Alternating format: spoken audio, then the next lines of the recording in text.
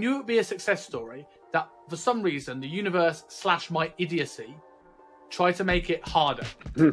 Within 2 songs of us starting, well over 1,000 people.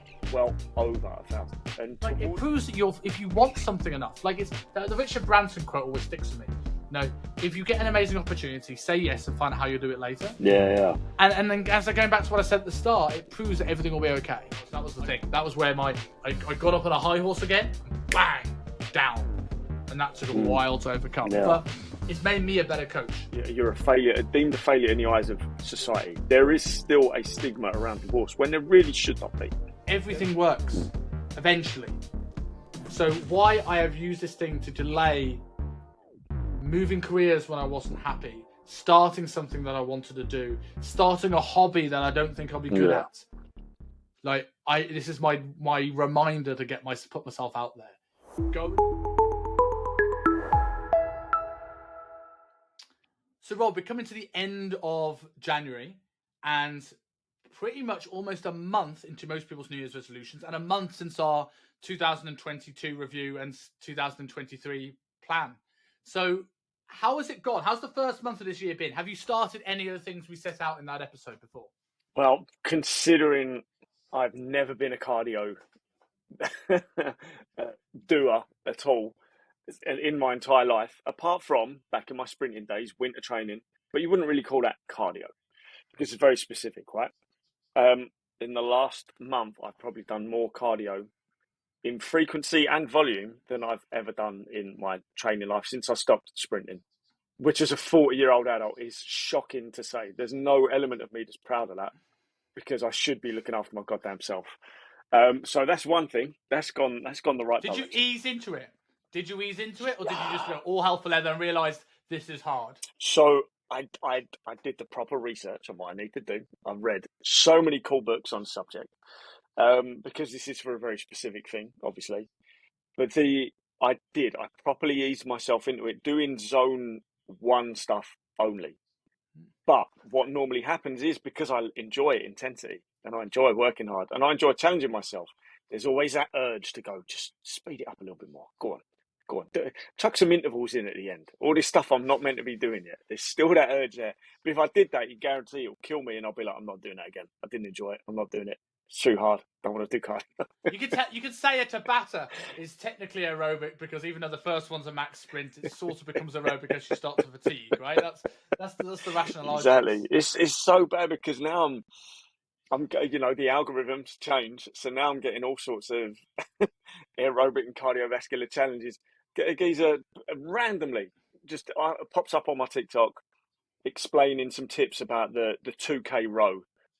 And I'm instantly like, it's not in my program. I don't need to do it. There's no benefit to this phase that I'm in of doing the 7K row. But then part of me is instantly like, I haven't done a 7K row in years. Maybe I should do a 7K row just as a little extra. So I'm getting excited over doing cardio stuff. I don't get it. It's a bit weird. I'm worried. But I'm making sure I'm keeping all my I know your problem. Stuff. I know your problem. Testosterone low, that's what it is. Yeah, I know your problem. You're on TikTok. That's your problem. Mate, I've almost deleted it. Almost. Algorithm's so good. I still can't get it. Oh, you can't. You're so lucky. Like literally, you are lucky.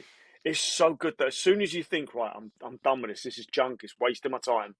The next time you go on it, the algorithm's completely changed and it's matching your thoughts on what you want to see. It's beyond genius. Beyond genius. So does it so better than any other platform does. Very smart. But I see every day when I look at like podcast forums, like everyone banging about. I just started promoting my podcast on TikTok, and all of a sudden the views went up, and I'm like, but why? Why do I need to see this? It's like all the other algorithms are conspiring against me to make me feel bad that I can't get TikTok. Yeah. So if you could post some clips of this show onto your TikTok, that would be great. That's a good shout, actually. That's what I need to do, yeah. Because I don't post on there anymore. I rarely post. I've just become a complete consumer again, which is not the reason I started it. But so we have to sort that out. But yeah, in terms of physical activity, my physical goals, making good strides towards it. In terms of my meditation goals, been meditating near enough every day. Can't remember what my other goals were right at this moment, but none that I've made any progress towards in January. Because I'm not perfect. I'm only human. I'm not going to nail every single thing every single day. this early on, because there's a lot of stuff that you need to build on the habits, you need to build on the systems that you're putting in. We just got to keep doing it, reviewing your progress and making plans. That's what it's all about. Mm. I looked through mine and I realised that all mine were things that I can't start in that first week. Right. So, like, obviously, my TMP therapy course starts next week. Yeah. Obviously, we had the talk to Chris Bravin about trying to get some TV roles. That's when I come back in the summer, trying to find a live venue to take this show as a studio show. Can't happen till at least June next year. But I did go through and I found, like, achieve a successful first intake of the coaching confidence course and release another, either a level 2, a graduate's program, or a low ticket option course. That's one of the things I mentioned, right?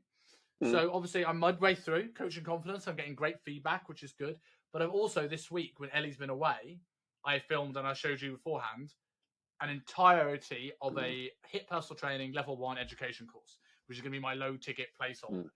I didn't realize how fatiguing standing in front of a ring light for 6 hours a day for like 4 or 5 days in a row was. Hey, presenting is hard. Unbelievable. Presentation is so all intensive, No auto cue as well, which I think might actually make it better because I'm just talking around subjects. But it's like I have to go down, look at the slide, say a couple of points from the slide, stop, leave enough time to edit, which I'm worried about when I edit on Saturday. There's a few I might look down immediately. And then repeat, rinse and repeat. Yeah. So it's been challenging, but that's been good. That's the one I've done. Like, the only one I'm behind on is that I did say it wouldn't be daily, despite calling it a YouTube daily journal. But also, when I said it wouldn't be daily, I didn't mean not start it until we have this conversation. But I have filmed stuff for it. I filmed stuff for it the other day when I went up the peak, and I met, and I haven't seen this video yet, but I met a 70-year-old man halfway up the peak who was hanging upside down on like monkey bars. Not only was he hanging upside down, he flew up. It wasn't like he struggled up and he could just hold himself there. He jumped up like he was 25. Love it. That's so cool. And I was sitting there and I was like, I want to say something to this guy. And like you do your usual thing where you kind of bottle it. You go, I'm not. He won't bother with me. He probably doesn't speak English anyway. And then I remembered that thing I did in Vietnam where I saw the World Cup winner for Australia in '99. And I was like, I didn't have the confidence to speak to him. Ellie did, and it turned out really good. So I went up and went, "Excuse me, sir, can I ask you a question?" And I had my camera with me. So it's not great. I'm not high production value. Like, I edited it to try and cut him in, or I cut people out. But I've got a video. It's now coming as a short on my YouTube of me asking this guy what he does. And do you know what? The best thing about it was his English isn't great, but it was good enough. And he was like, I was like, so how do you do that? Because most people at your age can't do that. And he goes, very easy, really. Like, and I was like, yes, but I said most people can't. What do you think your number one tip for success is? And he goes, have a healthy body. And I went, what's the thing that's going to get you a healthy body? He goes, he rubs his belly. He goes, strong level. And I'm like, abs? But people can't see him rubbing his belly, so it looks like I just put the words in his mouth. But get your abs strong. But I just, but I came off and he told me it was his birthday next week. Oh, wow. And he wished me a happy Chinese New Year. He's a really, really nice fella. So cool. And he was there with his granddaughter who was like doing some sort of like Taekwondo stuff, and she had a most viciously evil looking face.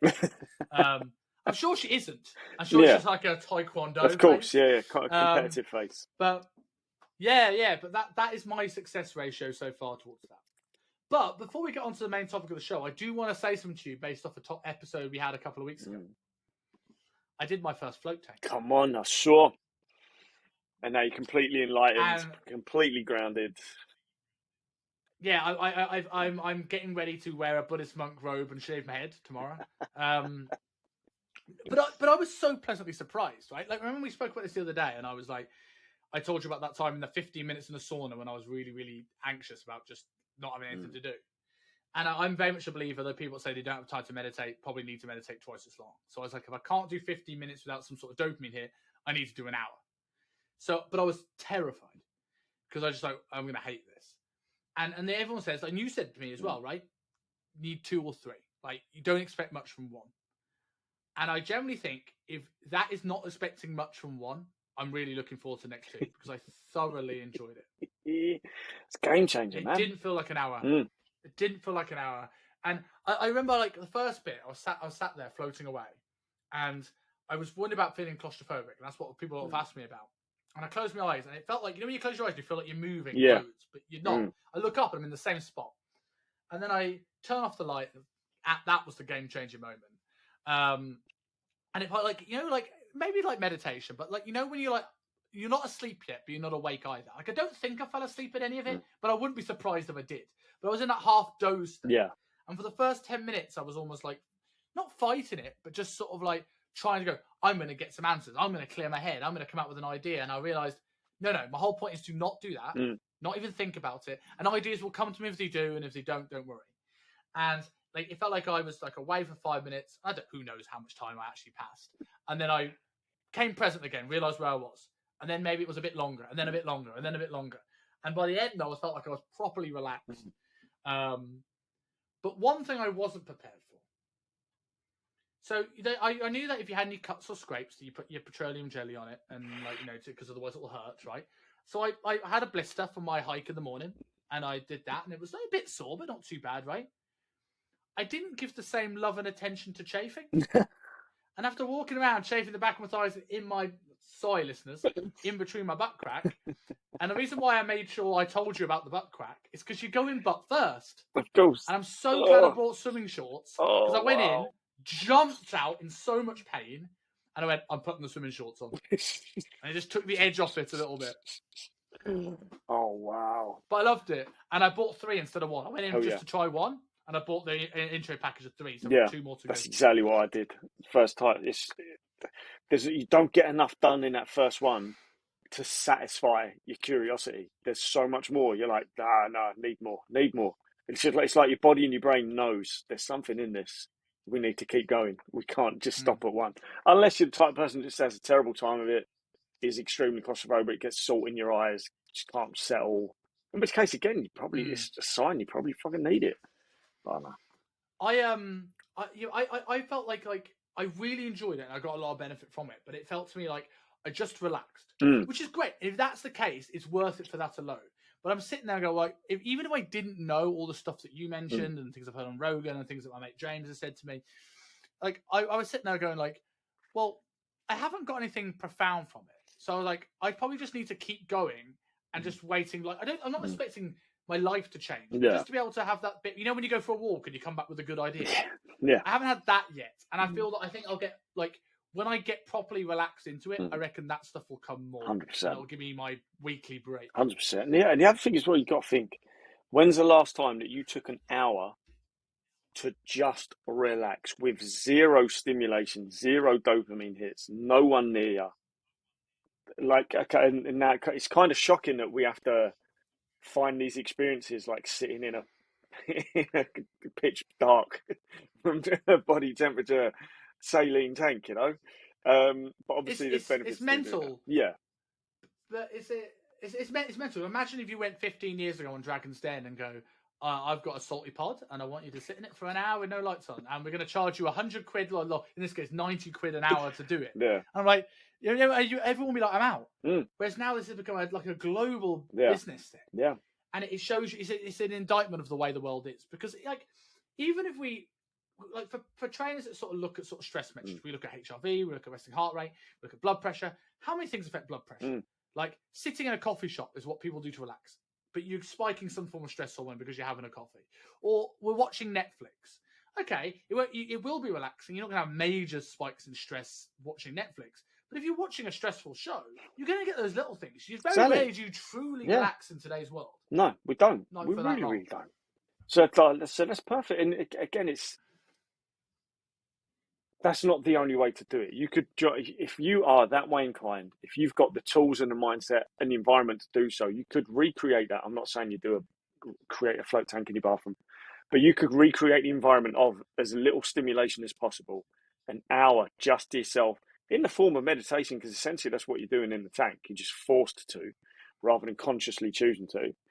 That you could join a meditation class. It could be a case of getting out in the hills without your phone, safety permitting, obviously, just being away from the city, being away from the noise, the people, the chaos. When's the last time? Ask yourself, when's the last time you actually did that? Because that's a game changer. Every time I've been up in the hills, my God, you almost do forget the rest of the world exists for a little bit, which is a good thing.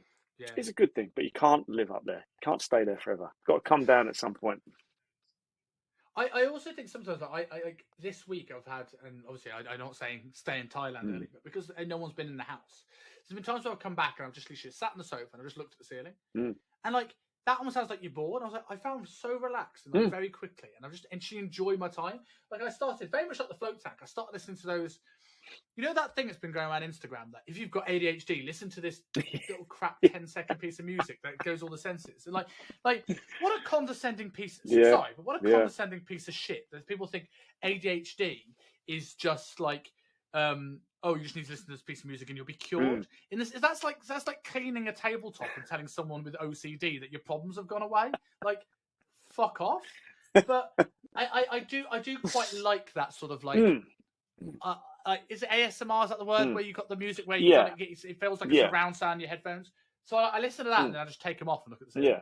And like I'm not doing anything, and I quite enjoy that. And I think that's why there's definite utility to these binaural beats, which doesn't necessarily, little Instagram clips. You're not listening to it for long enough. Most of these binaural beats you've got to have in your ears for at least 25 minutes. That's what people don't realise. So there's utility to that, but again, you've also got to look at the placebo effect. Sometimes I'm putting them in because there's ones that are more geared towards productivity, or there's ones more geared towards better sleep or more relaxation, and then things can get a little bit woo-woo as well, right? Because of course it is that whole industry's polluted with bollocks. But do you think that's true though, or do you think that is a placebo effect? I think that's then the placebo effect, right?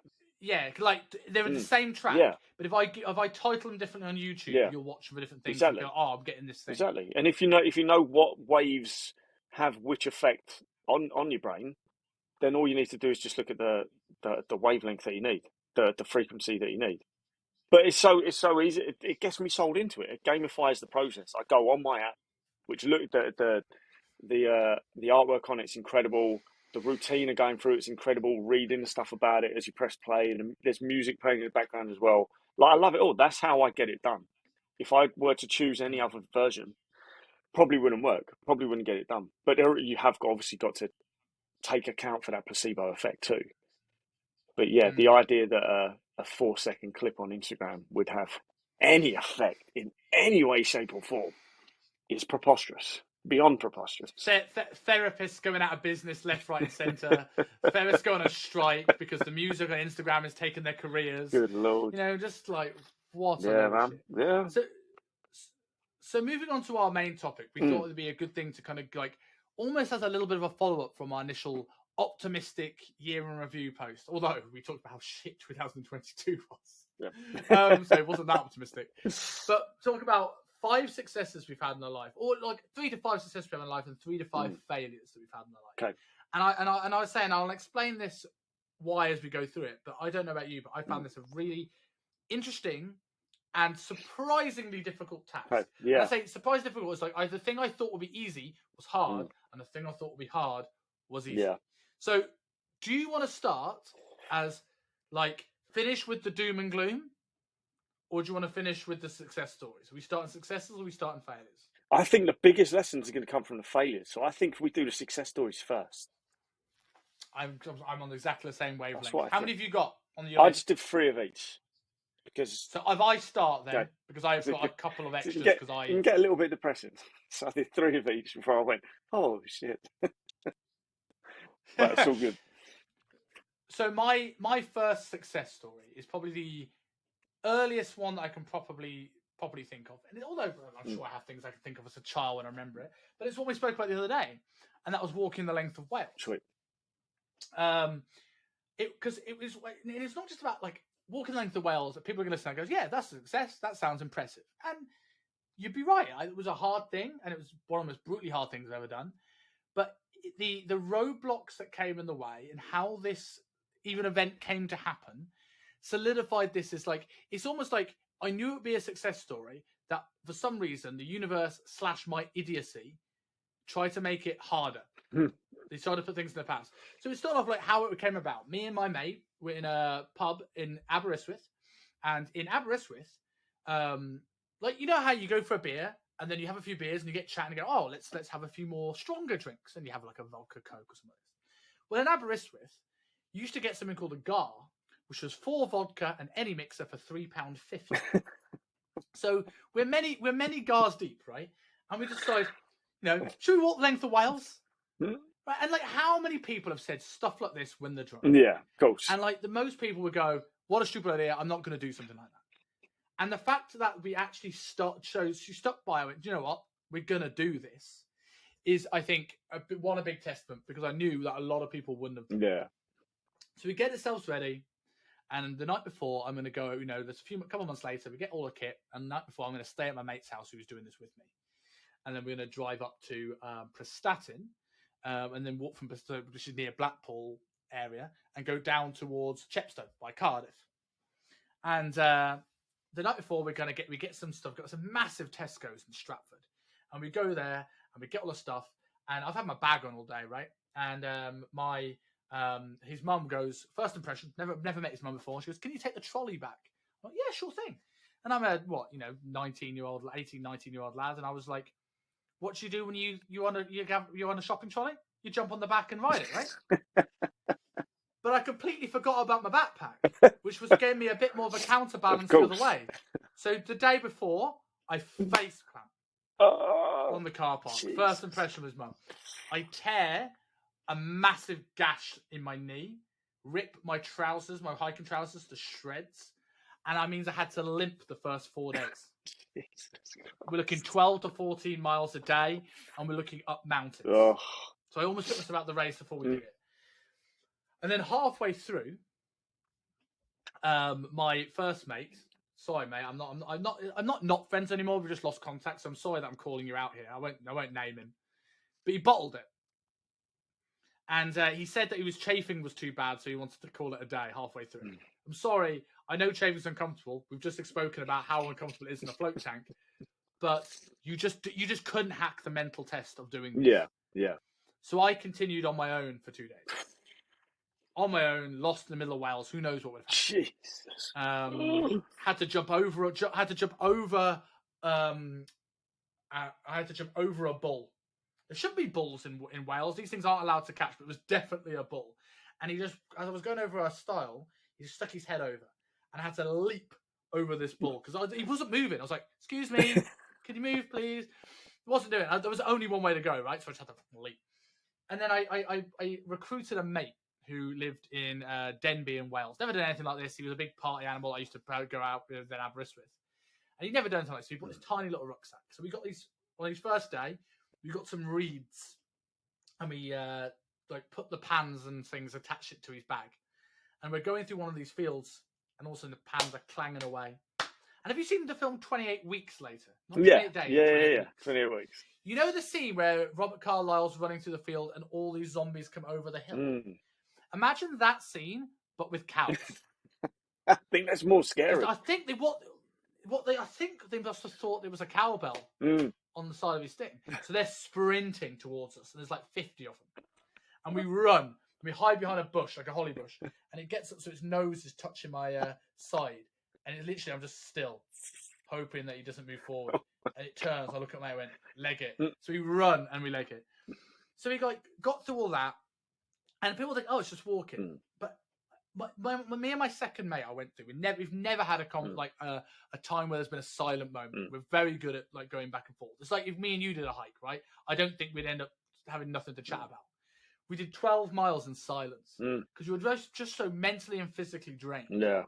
And all we had left was half an Alpenbar, so we had a quarter of an Alpenbar each, and it kickstarted the conversation more than any diet, what even the word I'm looking for, diet depletion that I've ever had. I've never known any small amount of food be soaked up like that in my life. So I think with that's probably the amount of things I put myself through and the amount of commitment I had to determined not to bottle this and finish it. It's been one of the biggest success stories of my life, and it's something I look back on now when anything gets hard. look, I did that. I kept going. The odds were against me. I could have bailed when my mate bailed. I'm like, this is the thing. It gets me through future opportunities. Yeah, exactly. Again, like it builds resilience. It builds a mindset. People might say, "Oh, it's just walking." Or go fucking do it then. There's no such thing as a flat multiple day route in this country. And even if there was, that could be tough enough. Like Yeah. we don't do that anymore. We're creatures of convenience now. Most people don't even walk. How many people can't even get 3,000 steps in a day?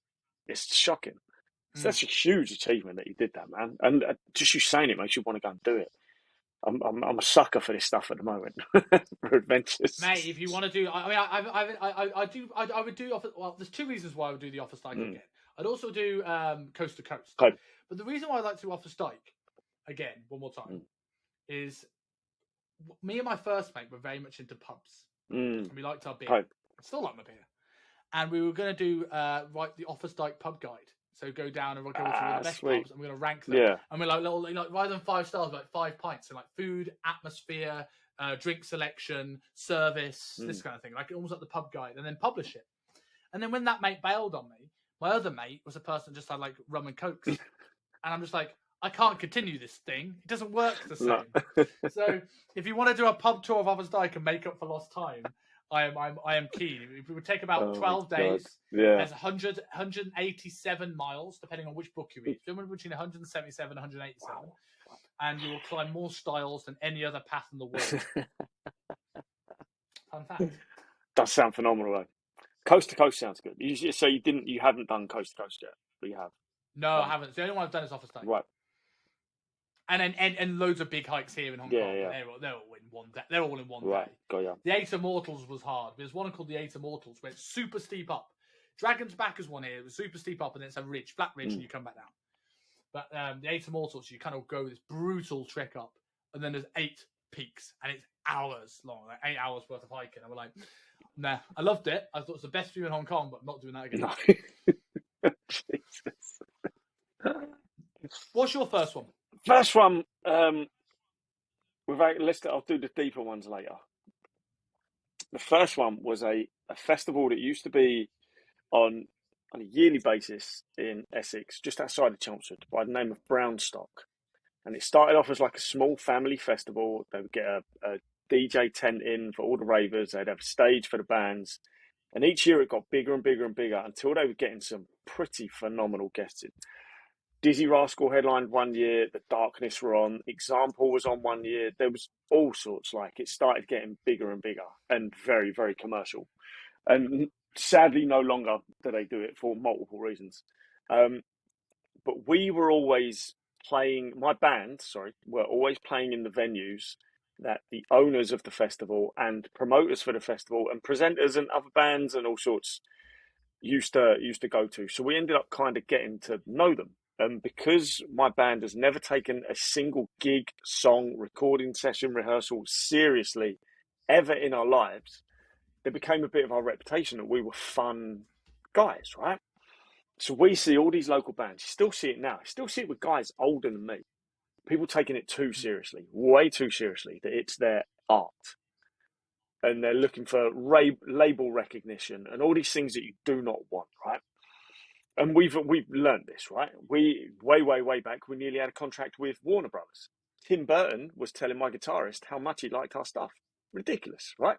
Anyone else would take that as well. Let's put that on our MySpace. Tim Burton said, well, who gives a fuck? It doesn't change anything, does it? So because we would always have fun at our gigs and we would try and get the crowd involved, we got a reputation and we got our first slot on this Brownstock Festival, like the second or third year running of it, right? And we were really, really early. 2 years later, after starting our hip-hop covers band, which was even more fun and even more crowd-friendly and even more enjoyable from both our perspective and everyone else's perspective, because everyone knows all the hip-hop songs, we find ourselves sub-headlining on the Friday night. Our mate's band, who were also a phenomenal covers band, called Creme de Chev, look them up on Spotify, Creme de Chev, and YouTube, they're incredible. They were on before us, and we noticed this intensely large crowd because they do amazing covers. All with the frontman's got a ukulele on there. It's kind of like a little bit Weird Al Yankovic as well. They're phenomenal. Always go down a storm. And we're like, why are we on after these guys. This is ridiculous. They've owned the entire field, hundreds, if not thousands, watching them. And then there's a gap while they come off, we set up, we go on, and like the field's like emptied out a little bit. And I don't care. We've done gigs where we've played to the sound man, and that's it. I don't care. I'm on stage at night, this huge stage with all these lights, it's epic. I don't care. Within 2 songs of us starting, well over 1,000 people, well over 1,000. And towards the end, it was difficult because it was pitch black outside in the crowd. Estimates are like in the thousands. I've got some photos. It's still one of the top 5 moments of my life. Us playing for 35 minutes, non-stop medley of rocked up hip hop songs that everyone knows these songs. Whole crowd singing along, security singing along. The headline act after us is a guy called DJ Yoda that some people may or may not know. He's setting up his decks while we're playing. He's bopping his head along. He's rapping along. I'm like, this is it. This is the peak. This is the absolute peak. And it kind of turned out that it was. But I don't care. Like that, I got to do more than most bands will ever fucking do. This sheer amount of people watching us and singing along and dancing along and having an amazing time. If I ever talk about any gig, because obviously playing gigs and music is a big part of my life. If I ever talk about any gig, that's the peak. That's the top one by far. But it's also one of my top 5 life experiences. That was a huge, huge success. And we were still so grounded afterwards. Other people like would see that as their just the beginning. For us, that was like, this is it. This is the top. We've done. This is the best thing we're ever going to do. So let's just enjoy it, which we did. We got some video footage somewhere. Did you embrace it? Was there any nerves? Oh, 100%. There's nerves going on every single time. There's nerves going on when we're just playing to the sound man. There's always those nerves. But we'll talk about nervousness a little bit later. I've got a good quote about nervousness. But but we enjoy it too much. That's the thing. And once you're seeing everyone else is enjoying it, you can just relax. You've just got to do your job, which is entertain, which you've done hundreds and hundreds of times before because you play so many gigs and you rehearse tightly and you want it to be the best thing it can be. So we were able to just fully relax into it, and which made it more fun. We're mucking around more. There's not a minute of that entire set that we take seriously again either, because it's 3 white guys and 1 Chinese guys. 1 Chinese guy, it's not even a sentence. 1 Chinese guy doing a predominantly heavy black hip hop set. There's nothing to be taken seriously about it. But it's funny because now you see TikTok bands coming on doing their little hip hop covers, and we're like, we were doing that 10 years ago. 10 years ago, you know. But yeah. Without the risk of like almost maybe I don't know what your other 2 are giving a bit of a spoiler away for one of your others. What was more nerve-wracking, getting on stage in front of 1,000 people playing your gig, or getting a stage in front of 100 odd people talking about testosterone for Paul Morton? They're talking by far. Why? Far. Because there's more serious elements to it, which instantly I really had to make sure that I'm saying the right stuff. I had to articulate properly. There's a lot more to remember. I'd rehearsed a hell of a lot less than I'd ever done for any gig. And there's people, it is just you. The people aren't really involved with you at that time. So that would be something I would do next time, is how can I increase the crowd participation with this? Whereas with the gig, mate, if you're doing it right, you don't even have to say anything to the crowd. You don't have to say, clap along, jump, come closer. You don't have to do these things that lots of other bands do if the crowd's enjoying what you're doing. So if you do... And I suppose as well band, like, music is subjective. Obviously, if it's dead silence, you fucked up somewhere. Yeah. But music is subjective. Whereas when it comes to talking about stats of testosterone and all this kind of thing, there's a pressure to be right. Yeah, exactly. 100%. And that was it. And without blowing my own trumpet, my talk got voted for based on the title alone. So the guys wanted to hear it, so I had to make sure, well, I've got to deliver, really. So there was more pressure, way more pressure than there was with any gig ever. Yeah. So my number 2, I'm going to say anytime, I know this is technically a cheat because it's more than one thing technically, but I think it's the same sort of thing. Anytime I've uprooted my life, I think in the same way that the length of Wales taught me when things get hard, you can push on.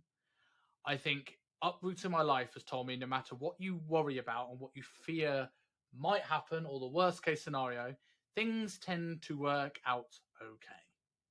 Like things you worry about are really not that much of a concern.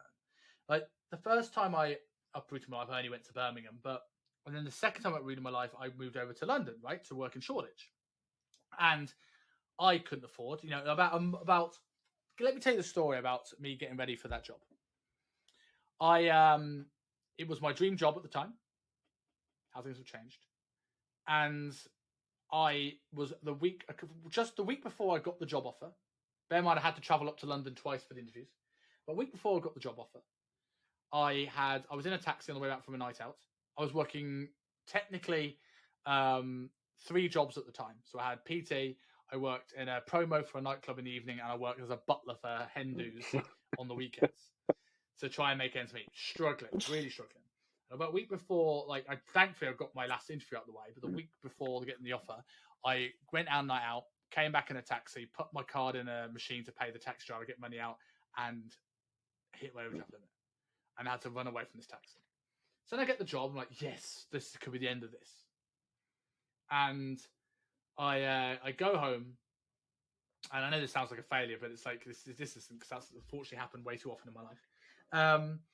And I go home, and then I get an email from the person who was dealing with HR at the time saying, well, you'll need to set up a limited company. You'll need to have your pay for your insurance. You'll need to pay for another couple of things like first aid qualification. And I hadn't got the money. I'm like, I'm going to have to turn down this job. And I'd only just started dating Ellie at the time. And thankfully she went, I'll pay for them. We'd only been together like a month. So I'll pay for them. I know this is important to you. And she didn't even, I knew at the time she was thinking when he moves to London, he's going to break up with me. And she's still willing to pay for me to facilitate this. So I'll always be for her debt. And then when I did it, I couldn't afford to live in London. So I commuted from my parents' house, which technically was probably more than a rented flat, because it was like 900 quid a month in train fares going from Wolverhampton to London, 2.5 hours each way, 6 days a week to get there, which is brutal. And I wouldn't wish it upon anybody, but it proves that if you want something enough, it's the Richard Branson quote always sticks with me. If you get an amazing opportunity, say yes and find out how you'll do it later. Yeah. And then as I going back to what I said at the start, it proves that everything will be okay. I got there. I didn't have any time to look for flats. That's why it was about 2.5 months of commuting. And then I found a friend. Well, it was a friend of a client I had back in Wolverhampton who was like, well, you can stay with my cousin who lives in Acton Town. And I stayed on a sofa bed for a couple of weeks. And then I found a flat, which was a, illegally subletted council flat, I think, in Shoreditch, where I paid a sneaky Colombian in a back alley cash in hand every month. And it got me there, right? And then, what we're looking at now, 5-6 years later, I uproot my life 13 hours across the globe to live in Hong Kong. And while not as scary as you think that'd be more scary than moving to London, but it wasn't, because I was a different man at the time. I had more behind me. I wasn't it was scary, but I was more excited for that. Yeah. But I remember, you don't realize how much, when people say travel broadens your mind, and you don't realize how much it does until afterwards. Right. You think and realize in hindsight. I was one day just walking down the front in Hong Kong and went, I'm a different person than I was 2 years ago. And I think Hong Kong has a lot to do with it. So I think uprooting my life has been one of the biggest successes of my life. That's cool. And I That's think cool. everyone should. I like that. I like that. That's a good one. I'll go with this one because it's on a similar theme, but it's not, and it's dark. The biggest success is that I let my failures and emotions and everything else, and how uprooted my life was without me having control of it, that I nearly cashed out. The success is that I didn't. The success is that I turned it around, that I realized what I was going through, that I built the skills and habits and the mindsets and the emotional control to move away from ever thinking about doing that again, to being where I am now, which is, whether good or bad, I'm here now. That's the biggest success, is that I could have caused a lot more pain than I was ever going through by, what does Jordan Peterson call it? A permanent solution to a temporary problem. So obviously that's one of my biggest ones. And it's something I've been pushed to talk about more, but I'm always reluctant to, because it can go one or two ways. Well, one of three ways, really. There's the people it will help. There's the people that just don't want to hear it and say stupid stuff like, well, you should have just jumped and whatever. Like Paul Moore gets that all the time. It's ridiculous. Who does that? Mate, yeah, Really? yeah, you should see it every time. It's Cliff video. Anytime he talks about it, the comments are horrendous. They just show the worst of humanity. And most of the time, he just, you know, thank you, love you, hope you're doing all right. But then sometimes you'll see like that person who said it has got like a profile picture with their two kids in, and then he'll comment back saying that's not. He did a video on it the other day, saying that's not okay. Like, what Yeah. example does that set? Do you think? Do you think that's becoming more common? Like I know we said this the other week with Mm, the. I don't want to keep banging on mm, about Andrew Tate, mm, especially as it's maybe looking more and mm. more like he might be guilty of stuff. But like, it's just the immediacy of people wanting him to be guilty, and I'm like, you just want this guy to go Yeah, down, and for him to be guilty, other people have had to got yeah, hurt. Do you not care about mm, these potential women that have gotten hurt? yeah.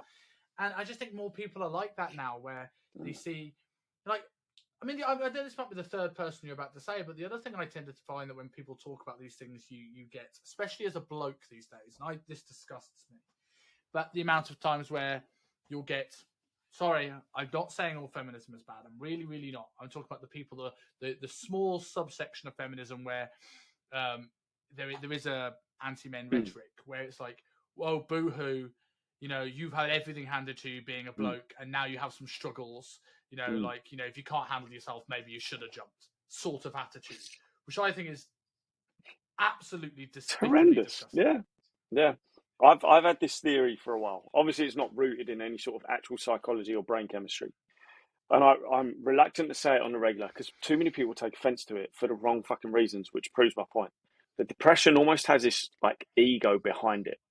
The half the reason we don't reach out to people and half the reason we don't actually listen when someone's sharing their problems is because there's a part of our brain that's going, God, well, you have no idea how hard I've got it, and I've got to go through this, and I've got to go through this. So when Mm. you see someone doing that, and some people do it more publicly, some people are like, well, he thinks he's got it bad. I do. I've got this and this and this and this, and like some people just don't want to hear it. Some people like having that.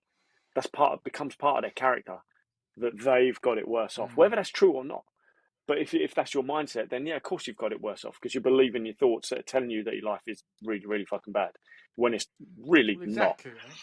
So there's that. That's the third part of it as well. There's people that it will help. There's people that will take offence because you've kind of highlighted their issues and they're not ready to accept that. And then there's the people that are just.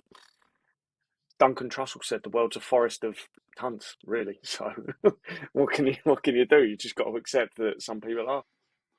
But yeah, And that's, you got so many people. I'm not just gonna say blokes, because I mean, like, we there's a lot of there's a lot focus of on women with guys this. having a hard Yeah. time, but Mm, anxiety in women is also mm, going up. Not at the same rates, not at no. the same level, but it Mm, is. The world is yeah. getting more anxious, and I feel that the in a way where the difference is. So if anxiety is going up in Mm, women and anxiety is going up in men and depression is going mm, up in men, why is it that there's more male suicide? mm, Now we could, to a degree, we could say that, well, it's potentially like ego. mm, People like it's the toxic mm, masculinity. It's the stiff upper lip. It's tough it out. Like, it's just get on with it.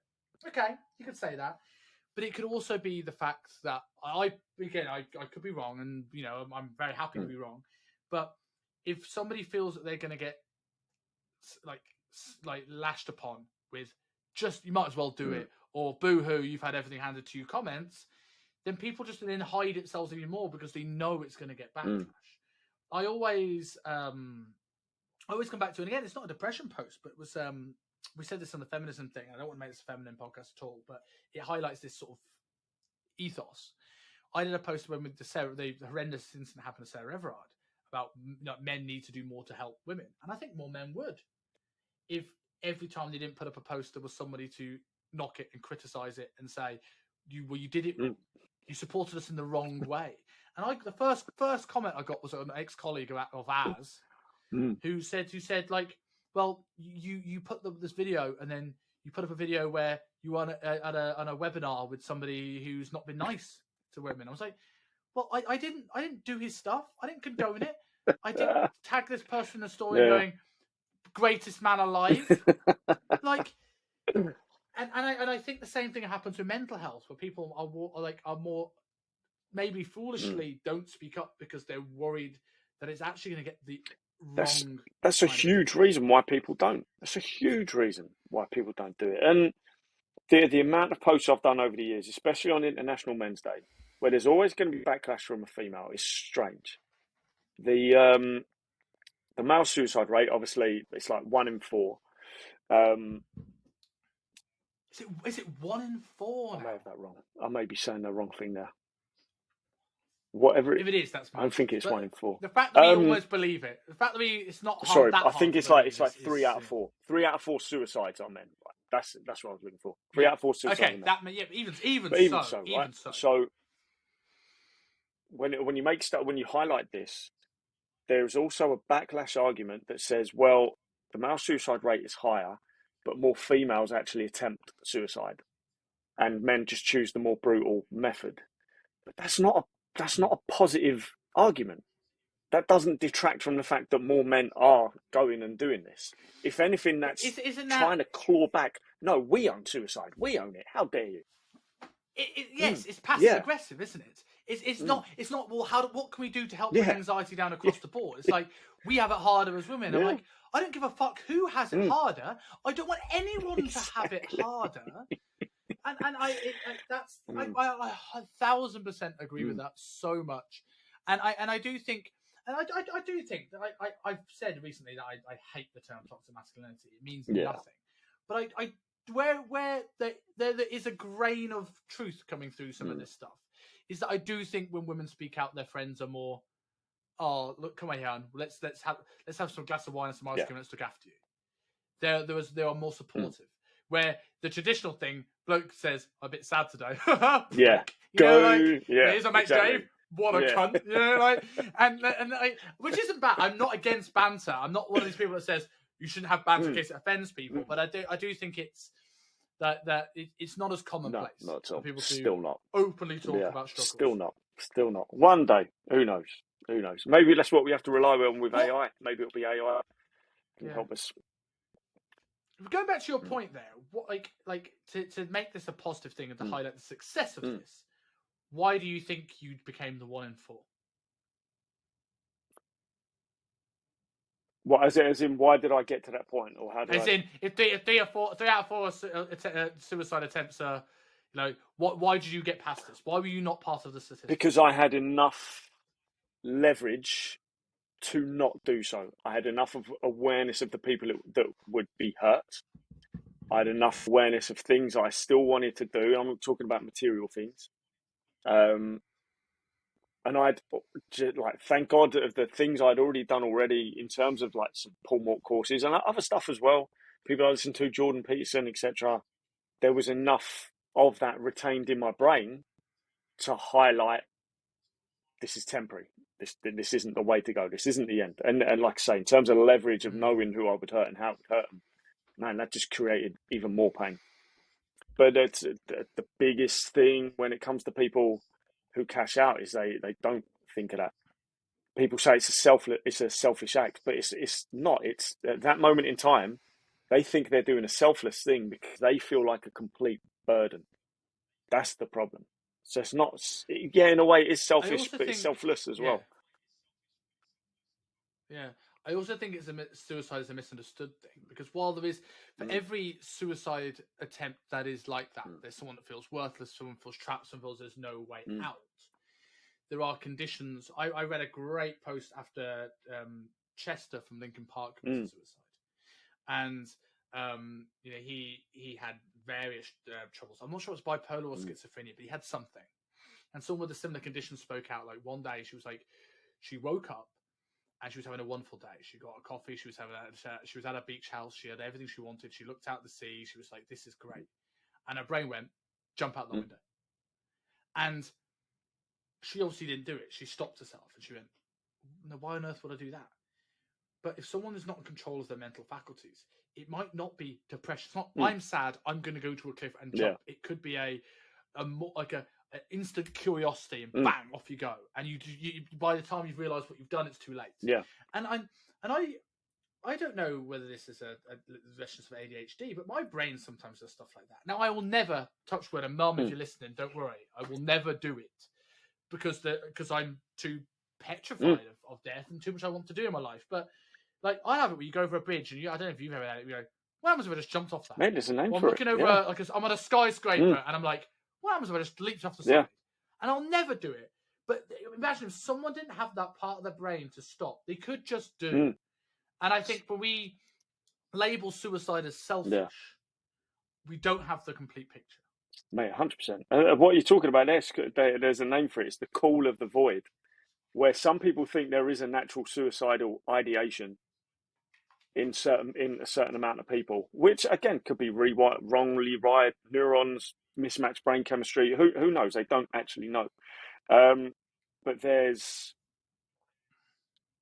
so many physical emotions we'd end up feeling that we don't actually know what it is or how to necessarily deal with it. So they reckon that it's more to do with this heightened anxiety, and the anxiety decisions is right. Let's stop doing the thing that's causing this anxiety. Of which there's two options. One is to move away from the edge. The other is to go over the edge, because then you're no longer standing on the edge. There's so many weird things about it.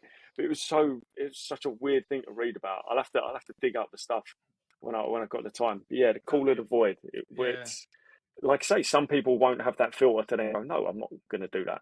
Some people it's too fucking late. Already over, you know. Yeah. Going on to my next one. Every one of mine has it's not less about success of, like, some of them are successes that have happened in my life, but they all have a lesson of what they've actually led me to have in my life. So the next one is another sort of sneaky combined one, but it's my first results that gave me pride with the clients, and my own first diet. Come on. So my first result gave me pride. It didn't come naturally to me, getting results of people. I'm going to throw out a guy's name here, shout out to him, because we love shout outs in the show. And that's a guy called Adam Wright, who was the #1 results producing trainer one year where we used to work, right? And I'm sure he runs a group, the Barn Boot Camp. Follow him on social media, and he runs a great sort of group training gym. But he was self-professed at the time, not a great trainer. But he had a system, and he had a gift of the gab, and everyone got the same thing, but he was very good at it. And he got so many more results than me. And I didn't have this. I had shiny object syndrome, and I had to work hard. And I feel in everything I've had to work hard to get something. And some things I've stuck out to be good at, but a lot of things have gone by the wayside because I didn't see, not an instant gratification. I'm not that kind of guy, but just like, it just wasn't getting anywhere. I felt like I was hitting my head against a brick wall. And that's something that I worked hard for that didn't come naturally, that now kickstarted, like, I can do this. And we are here 12 years later where I mentor other people to do it. And my first diet was, again, showing that I could practice what I can preach, but also the ability to be patient and delay gratification, which is something that I think everyone should learn more now, especially more often now. So I try to do it every couple of years for this reason, is get shredded to do this, because it teaches me about my clients, about empathy. We spoke about this in previous episodes. But the ability to delay gratification for me was huge, and to know what that I could always push myself further than I think I can. There's a point where I've hit a wall where you've probably had it when you've gone photo shoot, Lee, where you can see your cheekbones, your ears all of a sudden look way bigger than they should do. Your feet hurt because you haven't got enough body fat in your feet anymore, so it hurts to take steps, and yet you keep going. And I think that teaches me more than anything ever has in my life. Yeah, I get you. I get that. It's funny that you say that as your third one, because it's exactly the same here. Exactly the same. Really interesting result. But not so much my own first diet, because there was again, it was a learning. Okay, it was a great success because it was a big learning curve for me. Because I'd never been anywhere near that sort of leanness before, ever. Through not quite knowing what to do, through not really having the balls to go through with it, and not really having the knowledge and the education. But then when you combine all those things, amazing things can happen. But I did not get as lean as I probably could have at the same time. But the third one for me is the client results, the mind-blowing client results that I've had over the years, including my first, biggest, most mind-blowing one, which was whilst I was at UP, Nick lost 52 kilos in 45 weeks. And that blew my mind in terms of what people can do. And it's similar to you. It was something I was worried about. I was getting to that point where I was like, I haven't got any results. I'm like, maybe I'm not meant for this place. Maybe I'm not right. But it's just a case of patience and trust in the process, and knowing that you're doing the right thing and that you are looking at every possible angle. And suddenly, once you're doing that and you're keeping people accountable and giving them the service they've paid for, amazing things can happen. And this guy, it still blows my mind when I see the photos now. Absolutely blows my mind that this geezer did it without moaning once. Like, pretty much, without sounding too dramatic, but it's true. It's saved his life. He was a hunt. Did you get the thing that most coaches do, where they kind of they age at the first one? When you get the first one, like 6 or 7 come almost at once after that. Yeah. And I think there's an element of like, you get excited. I remember I couldn't not look at my phone. I'm like, this is amazing. And I got a result before that was posted on Nick, our former boss's page. There was a girl called Emma going to shape for a wedding. And that kind of gave me a bit of confidence, but it wasn't the same. I think my first guy to put on muscle and get a six-pack, because it was, I could relate to that desire. Yeah, right? Like, I think a guy needs to get a guy sub 10 before they start to gain confidence. But you learn in that last 4 weeks of like how much, when someone's on it, how much you can, like, because you're excited, how much you could really keep people more accountable and how much you actually need to communicate with them. So you kind of, you step up your game for a little while. And then you fall back into some bad habits, and it's always the way. I think everyone does it. And the best trainers are the people that can keep that going. Definitely. But yeah, massively so. And it's a success because it's the positive impact that has put on someone else's life that is only going to spiral onto other people and continuously do so is phenomenal, Like, that's a huge fucking success. Yeah, man, it's funny that I'm glad we both had those. That's our number 3. I think that's a good one. My last one is Soppy, and it's getting engaged. And I think this, and it's also a personal thing, and what it teaches me as well. Like I said, we mentioned earlier on about me being with Ellie a month and her paying for my first aid and insurance to get me to my job in a job that took me halfway across the country, that she thought I might break up with her before I go. And I'm just like the wonderful selflessness of this woman never ceases to amaze me.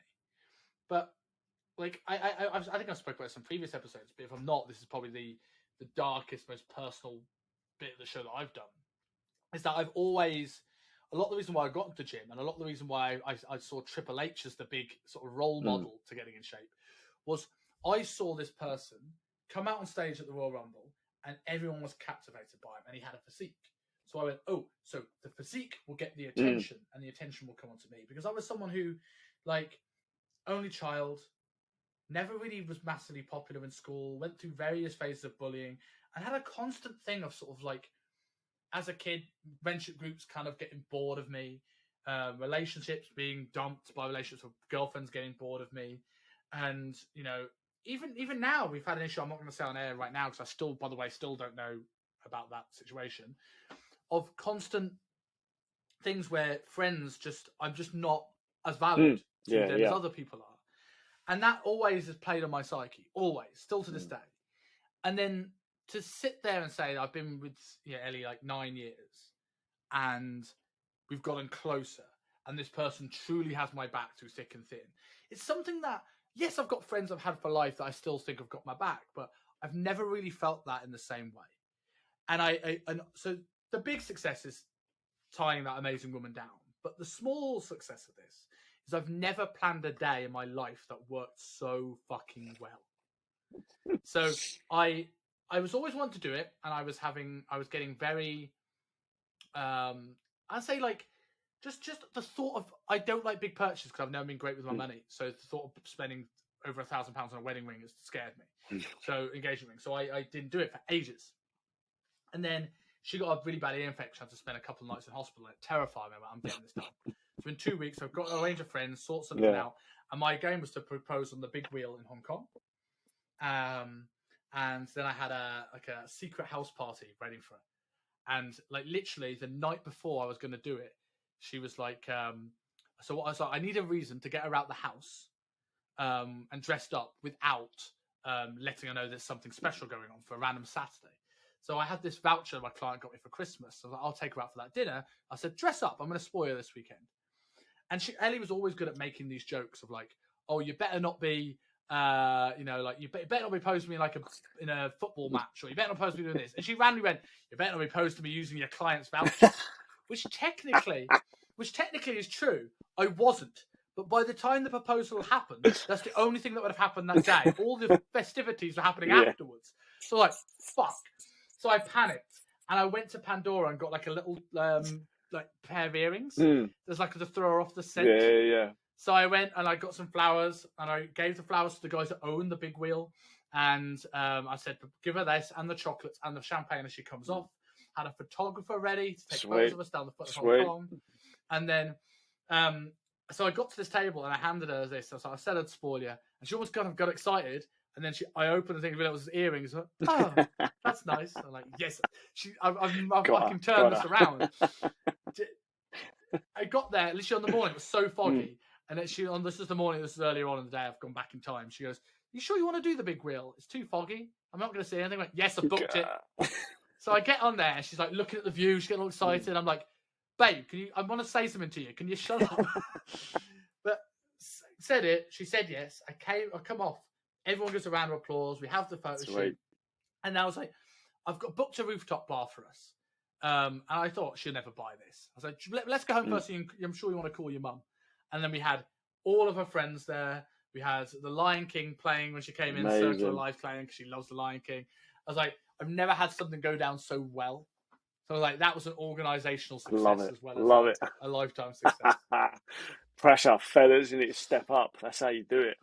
That's setting the bar. That's setting the standard, isn't it? Well, now I'm just going to make sure the wedding day sets the bar. Let's see if I get a stag do plans. My original stag do plan I might not be planning anymore, so I've got to go to plan number 2. But on to the things we think are going to be the big. We have failures. I have 4. Okay. How many do you I've got 3. I've got 3 again. Shall I start again so we can do it alternating? My number 1 is a reminder to myself, because it's not exactly one moment of a failure, but it's something that I think it's a constant mini failure that always reoccurs, that I always have to remind myself. And that is not backing myself enough at various stages of my life. When I left our last job, I didn't back myself for mentorship. It took myself 18 months to do it. The podcast, I kept trying to get it off the ground and didn't back myself that it would work. You know, like, as we spoke about earlier, uprooting my life, everything works eventually. So why I have used this thing to delay moving careers when I wasn't happy, starting something that I wanted to do, starting a hobby that I don't think I'll be good at. Like, this is my reminder to put myself out there. Go and do the Brazilian Jiu-Jitsu class, because I'm 30 and that's what everyone that trains does. Go and do like this something that's out of the comfort zone. And that's my sort of first one. Yeah, I like that. Mate, BJJ has become the new CrossFit in terms of the people who do it don't shut the fuck up about it. And now there's people going, well, people have been doing it for 8 years ago, and I was doing it before it was cool. No. No, you won't. But have you heard I'm a vegan carnivore now? Let's just do it. Let's just try every single fad out there, including BJJ. And I call it a fad because the amount of people that would sign up to it and then won't continue it, like most things. So it becomes the fad for guys to try. But I still want to try it. I do want to try it. Speaking of, well, even though I completed it, and I will return and face it again, the fan dance, I class that as a failure because there were moments where it showed how wildly underprepared I was physically and mentally for a challenge that was way out of my comfort zone, where I forgot how to kind of deal with that, to the point where there were moments, technically I've quit, but when you're standing halfway up a mountain and the car park and the finish line is the other side of the mountain, can you ever really quit? You've still got to fucking get over the mountain. So there's more lessons that I've learned from it. Still now, little things come back to me and create new lessons. It's incredible. But it taught me the value of preparation, the importance of preparation. Like, as much as a buzzword, a buzz phrase of if you fail to prepare, you prepare to fail. That's fucking true. It's beyond fucking true. You can't wing something like that. And the fact that I let my emotions get the better of me on this toughest part of the walk, where I was halfway up a mountain on my own in the middle of a storm, um, cursing the gods and the mountain, swearing at the mountain as well. Literally stood there on a step, both fingers up, going "fuck you," and people laughing behind me. It actually happened. So, to lose that, have that lack of emotional control, and lose the bigger picture that I've just got to keep moving one step at a time. I'm not dead. My legs haven't broken; they just hurt because I've climbed a fucking mountain. Now I'm climbing it a second time. So class it as a failure because it showed where the weaknesses were. But that can only add to my strengths now going forward. So is it ever really a failure? To reframe that, to make you feel that because you, like you're saying, like, well, could I really have quit if I needed to get over that mountain anyway? When I was in Boy Scouts, I did one of those abseiling towers, was 50 feet high in the air. When I realized when I first realized I was scared of heights, and I got up there, and it's the same thing, right? I'm hanging off the edge. I've got to get down to the bottom anyway. The quickest way would be to abseil. Yeah. I took the ladder. So, and on that note, I'll give you another thing that might make you feel better. I think I've already told this story. So, my friend, I went recently in Grover Christmas. I went to How Long Bay, and I will tell all my friends that I have kayaked in How Long Bay. What the true story is me and Ellie got on this kayak. It took about 15 minutes to turn around. By that point, my hips had seized up so badly that I was probably in the most discomfort I've ever had sitting down. And we both went, we're going back on the boat. I could not stick it out. I've never been so uncomfortable. Man, kayaking's badass. It's killer. Absolute killer. It's hard. Mate. I didn't realise how hard it was to sit in that position and control for your hip flexors and be upright. There's no back support. Like, if I was in one of those kayaks where you put your feet in, I think I would have been easier because at least I can rest on the back pad and take the pressure from hip flexors. But this was like a surfboard with a paddle. And it was so hard. So hard. My second one is, I would class this is my first breakup. I would argue this is probably the lowest point of my life. I think last year was one of the hardest points of my life, but I think I'm more emotionally mature to handle it and find the wins.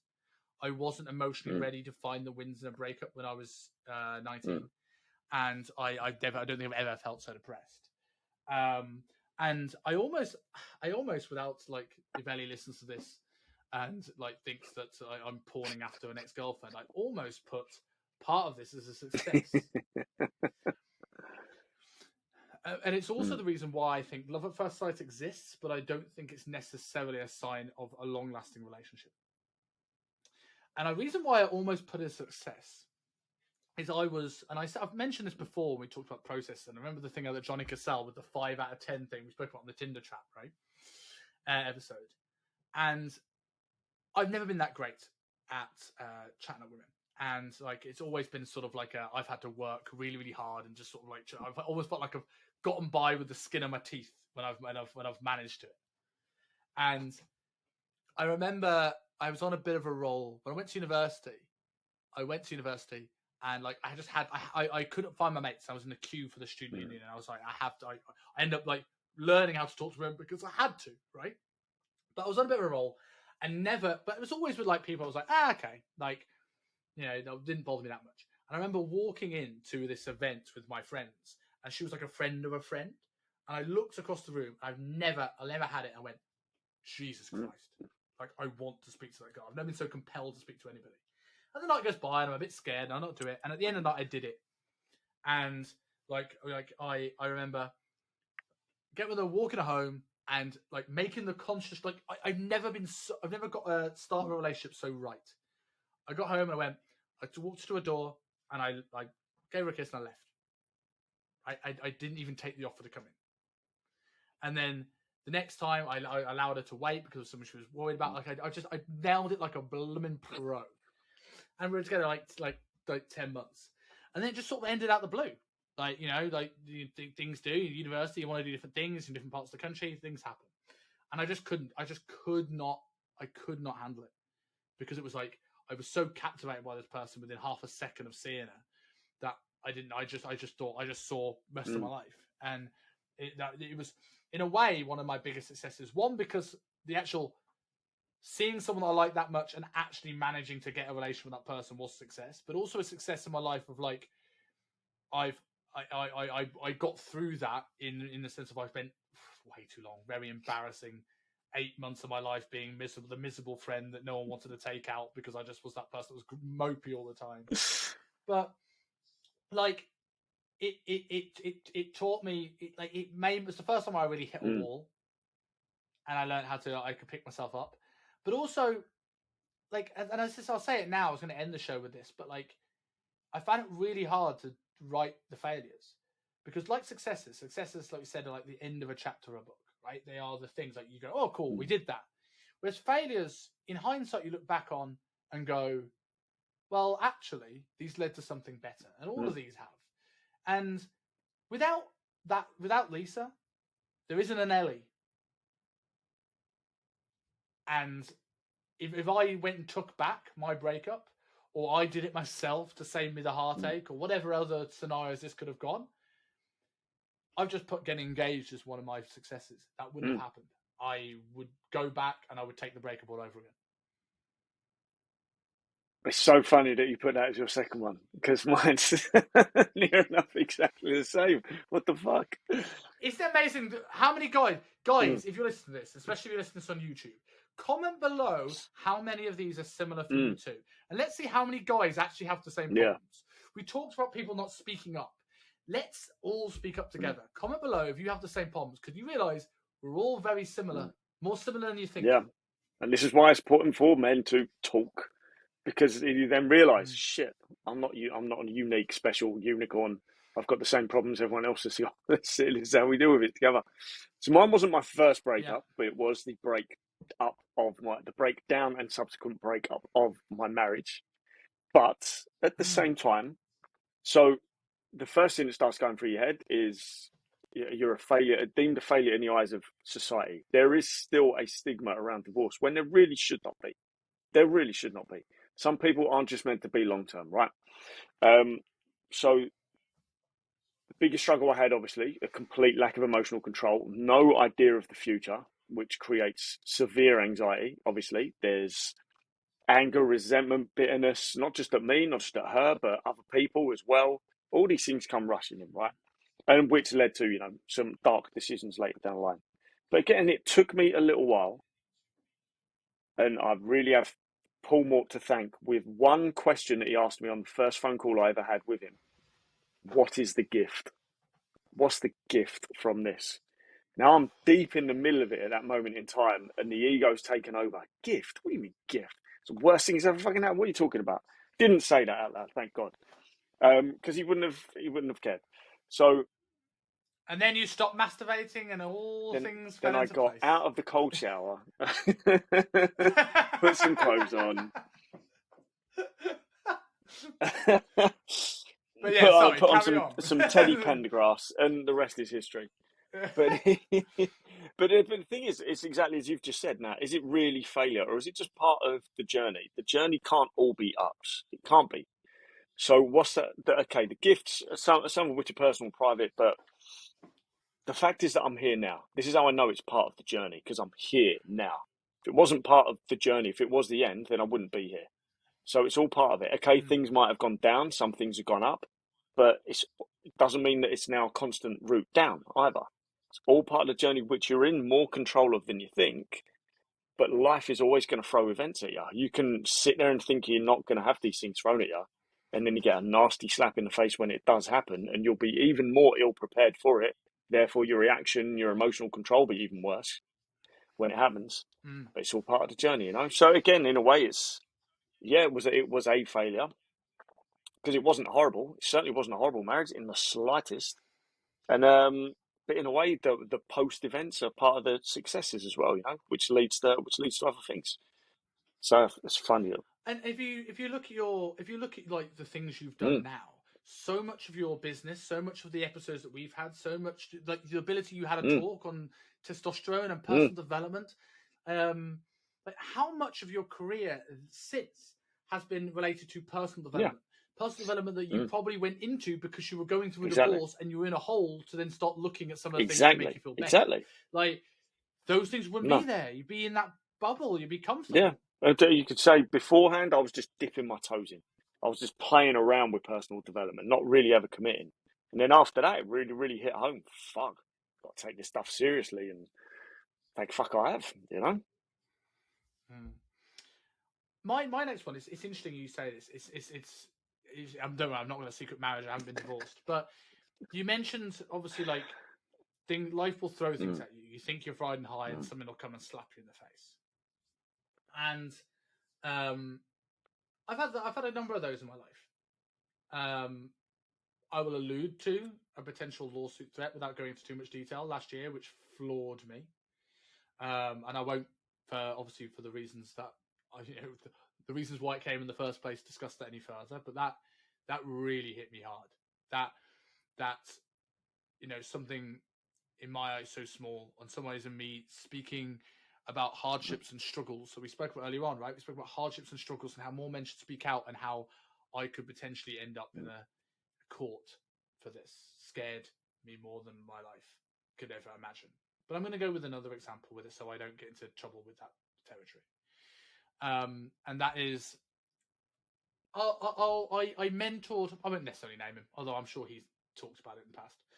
I mentored about a year after those first lot of results came, and that junior year ended. I mentored one of the trainers. Felt really, really confident. I was riding high. I was like, I'm a really good PT. I'm ready to be a mentor. And I started well. First 4 weeks, he got about 8 weeks worth of results. He was looking incredible. I was like, this is gonna be unreal. And all of a sudden, he starts getting softer. And at the time, I was like, what's going on? We looked at his meal plan, realizing he was trying to make protein pastes to curb cravings, and his food volume was low. So we sorted his food volume out, started getting better, and then started to creep. He was like, is everything going right? Is nothing wrong? No, nothing's wrong. Nothing's wrong. Nothing's wrong. And then he came to me and went, Simon, he messaged me at 3:00 in the morning with a confession. That's the title of his email, saying that I've been having like 10,000 calorie binges, listing all the stuff that he's been having. And this guy had real emotional issues with food that I don't think he'll mind me talking about, even though I do name him, because he's very open and spoken about his own struggles and his own podcasts and podcasts he's had with other people. He's a good coach now, really good coach. And but that hit me such a failure, because then I went to him and was like, well, we've got two options. I think you should not do the shoot, but if you're going to do the shoot, we're going to have to push hard. So he decided to push, and he was, when we did like a protein sparing modified fast, and he was so nervous that he would overeat on his refeeds that he decided to do about 1 kilo of vegetables, and he didn't ship for a week, and that taught me, again, going back, that taught me so much. From a practical sense, it taught me, make sure people send you their refeeds before they have them, like in terms of what's in the food diary. It taught me to maybe ask better questions so I can find out what's going on and see the signs. And it taught me, if I had a suspicion about someone's emotional reaction to food, just stick to your guns and don't drive them into a further hole. And this was not all my fault. I at the time, I was so self-critical. I was like, I'm a rubbish coach. What's going on? Looking back now, I don't think any coach at the time would have been able to help that guy. He was in the whole place, stuff that was out of my remit, and he's gone and seen therapists and all sorts about this, right? But at the time, I found it a huge failure. And I think that was the thing. That was where I got up on a high horse again and bang, down. And that took a while to overcome. Yeah. But it's made me a better coach. Mate, that's it. And it's like asking questions. That's such a key thing. Ask questions of not just of your client, but of yourself as well. And that's the same for any realm, really. We don't ask these world-class questions. We just self-criticize, and therefore you're not seeing the forest for the trees, you know? That's an important one. That's a good one, man. I like that. I'm certain I could think of a few examples like that as well, you know? My final one, we spoke about this earlier, is that last year there were 2 opportunities for me to fly to the other side of the world with a flight booked that I didn't do in the end. And there's multiple reasons for that. One is I didn't work hard enough to make sure my stability out there would be ensured. I did not work hard enough. 2, I kept putting it off rather than actually using that deadline as something to work towards. it just got closer and closer and closer. And I'm like, oh, shit, I better do something about this, didn't I? Oh, I'll have to push it further back. Rather than going, right, this is it, the burn your ships type attitude. This is the date I'm going. And the third one was, which I'm slowly coming to realise, is was it something I actually want to do? Or am I my motive slightly skewed because of what other people are doing, what other people may or may not think, what it proves to other people rather than what it proves to myself. So still something I'm considering doing, just not the same place anymore. Where was So it, and where originally, you this thinking sounds so now? fucking petty as well. Originally, it was going to be Bali, right? 3 months in Bali, that was the plan. Airbnb looked incredible. Could do my remote work out there as well, all sorts, right? But the problem I've had since is every fucker I know has gone there. And my social media is completely full of people showing the reality of what these, tourist hotspots are like over there at the moment. And it just really doesn't appeal to me the same anymore. To the point where that's where I start questioning myself. What was my original reason for choosing there, really? And there's other things behind it as well. But then that starts. No sex before marriage coming soon. It's Yeah, on your that email coming in sex as before well, eh? marriage. Jesus, so if there's any Yeah. red flag going off to say don't go to Bali, That's it. Go on. that's the one. So now I have other ideas that appeal to me a hell of a lot more, that excite me a hell of a lot more than this excited me. This created pressure, which if I'd listened and asked the right questions, should have been that little warning sign saying this might not be the right thing for you. But I see it as a failure because it was a big life-changing event, would have been a big life-changing event that I just kept putting off to the back of my mind rather than using it as an actual tangible target to work towards. Have you been to this side of the world? Have you been? Yeah, I've been there. I've been to Bali before once. Yeah. Where are you thinking now? Or was this too soon to ask? Ooh, interesting. I don't want to say in case all the Instagrammers start going over there. Yeah, okay, cool. I would say not to ask some Instagrammers in the first place, but Thailand and Vietnam are worth of course. it. I would go and live in Hoi An for 3 months. That would be unbelievable. But mate, pit stop in Hong Kong until June. You have a place to stay. Boom. So as long as it doesn't coincide with my parents' trip, otherwise you have to get a hotel. But if it's outside of that time, close to the June time, mate, you can always come around here. So I'll finish on my last one because I know you've got your call very shortly. And I'm deliberately finished with this one because I think this is something what not people would consider a failure. It's a lot of people that maybe people see as an end of something rather than the start of something new. And I think this is an open-ended one because we say about failures, and I'm getting a little bit now of the successes maybe that are, or some successes that have come from this. But I don't think I've got anywhere near the things that I will look at in 5 years and say, this is why I'm glad it's happened. I'm just scratching the surface of that. And I'll see if you can probably work out what it was. If I said to you that I wouldn't be mentoring coaches without it, I wouldn't be mentoring coaches online without it, I wouldn't be having this conversation with you without it. It's being fired. Yeah, mate. Now, I'm not going to go into the injuries of being fired for the same reason why I'm not going to go into my my legal letter last year. But what I will say, regardless whether I think it was a good decision on their part, bad decision on their part, right or wrong, it was something that I was putting off for a long time, taking the initiative to do myself. And it happened to me, and it wasn't always easy. It's never nice to be told you're fired. Even if you wanted to leave, it always is a bit of a, well, why did this happen to me? What was I doing wrong ethos? But I had an initial wave of like relief, followed by that, ooh, but that's a bad thing. And while it's not been an easy couple of years, I think the future will be much brighter now with the possibilities and the things I may have in the pipeline that would not have been possible if I hadn't been fired. I have had podcast episodes with Luke Lehman, Jordan Shallow, Kasim Hansen, Chris Van Vliet, Simon Miller, Chris Baven from BBC, Pat Davidson, Jordan Shallow, Nick Daniel, Robb McGeary. And a few really exciting people to come. That like people that I hadn't spoken to before. Paul Standel, friend of mine now, never ever spoke to him before. Came on the podcast. Robb McGeary, like invite to a wedding. I only met you once this summer, ever. And now I speak to you every single week. Like, that is a new, very, very close friends that has come from being fired. It's all And I think, part of the journey. All part of the journey. And it goes back to that question, what's the gift? What's the gift in every single possible situation? You may not recognize it at first. You may not be willing to accept it at first.